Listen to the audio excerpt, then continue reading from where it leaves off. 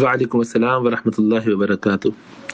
Rasulullah sallallahu alaihi wasallam has forbidden us to mourn for more than 3 days, other than a widow. A widow has the right to mourn for the husband for 4 months and 10 days. Other than that, Rasulullah sallallahu alaihi wasallam actually mentioned that those who believe in Allah and the last day, they should not mourn for more than 3 days. To have any mourning gathering like this for 10 days or 20 days and 40 days and yearly is not part of deen. The most you would find most people doing it, or certain people doing it, they do it because they've seen others doing it. You would find some scholars encouraging or doing it. Those scholars actually do it for isalu thawab. They do it for the benefit of the deceased person. They don't do it for mourning because they know it's not permissible.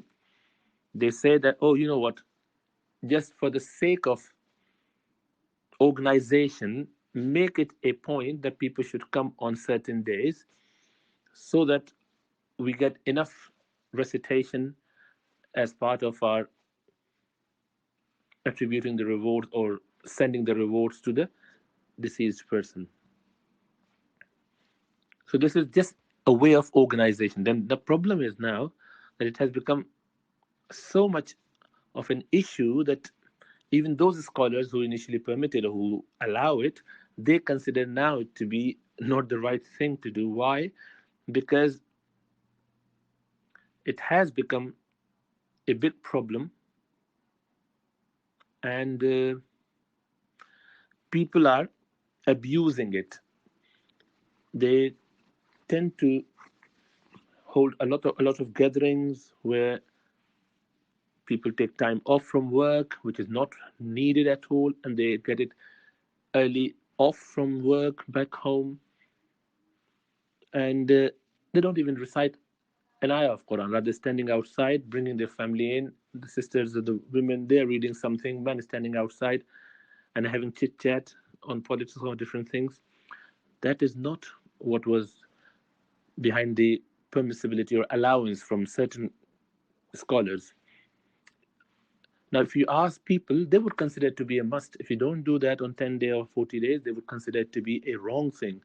So when you make a permissible thing, something which may be okay for organization reason, a must, and those who do not do, you look down upon them, then it becomes innovation. So that is why in the modern time it should never be done. We should try and excuse ourselves from such gathering. If it's happening, it is now equated to innovation and bid'ah. And so people should try and avoid it at all costs, because if you don't do, people consider it to be a must. When even a mustahab action becomes like this, although this one is not even mustahab, it's only mubah at the moment, at the most. So even if it was mustahab, to make it a must, then it will become innovation, bid'ah. So for that reason, we should avoid such gatherings at all, inshallah ta'ala. But those who do it, you don't have to go out of your way to tell them, oh, it's innovation, and because it creates rifts and rifts, people are not going to listen to you. You haven't got the credibility as a scholar to make them understand it. So let them be. Don't even tell them. Let them do what they are doing. They will be accountable on the day of judgment for their action if they're following their whims and desires. If they're following a scholarly opinion, and inshallah ta'ala they're trying to learn and improve their situation, there's a leeway. This is a fiqhi difference of opinion, and it is not something which would take someone outside of the fold of Ahl Sunnah wal Jama'ah or Islam. They remain, alhamdulillah, within the boundaries. So this is action-wise innovation, not aqidah-wise innovation. So let them be. Don't try to correct others. Rectify your own affair, but you avoid. Those who understand this should try and avoid such gathering, inshallah ta'ala, because those who allowed it in the first place, they never considered to be a must thing.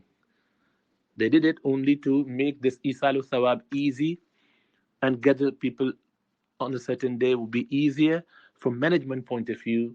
But people have taken it completely wrong way, and they made it a must. They made it as if you haven't done that, even the deceased person is waiting for that particular day's celebration or organization of some gathering, and they're holding on to to this, and they're literally counting on when will I get that, as if their soul is a bit stressed out. So that sort of concept is completely alien to the understanding of Al Sunnah wal Jama'ah. So we should not try and be part of that, inshallah ta'ala.